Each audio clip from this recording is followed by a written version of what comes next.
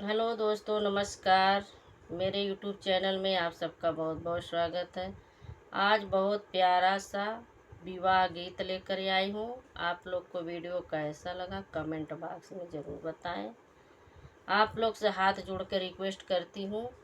कि मेरे वीडियो को ज़्यादा से ज़्यादा लाइक शेयर कमेंट करें। जो लोग प्लीज़ अभी तक सब्सक्राइब नहीं किए हैं तो सब्सक्राइब ज़रूर कर लीजिए और ज़्यादा से ज़्यादा आशीर्वाद दुलार प्यार बनाए रखें। चलो शुरू करती हूँ। बाबा दुआर मार दिया का पेड़वा हरदी फूलेला का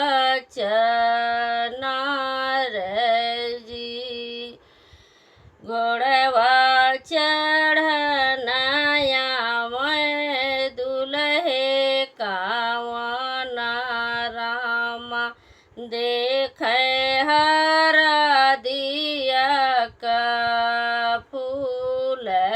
जी है हरा दिया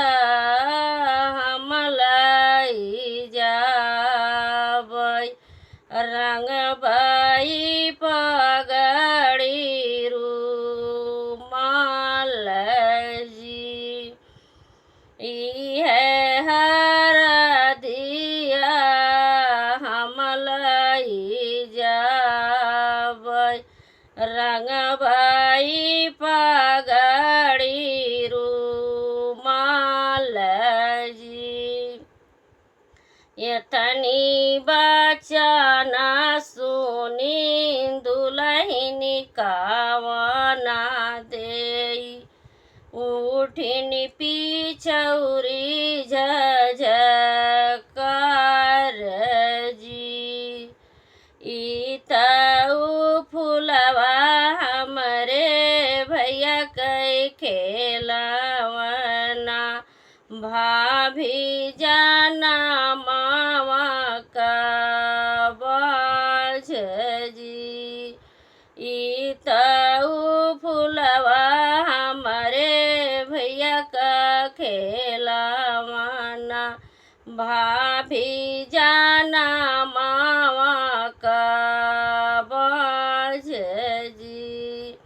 यतनी बचना सुने दुल्हे कावना रामा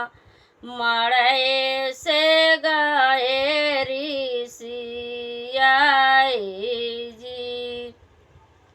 यतनी बचना सुने दुल्हे कावना रामा मड़े से गए ऋषियाई जी तोहरी बहिनिया सरऊ चौके पे छोड़ा बई कैले बै दूसरा बियाह जी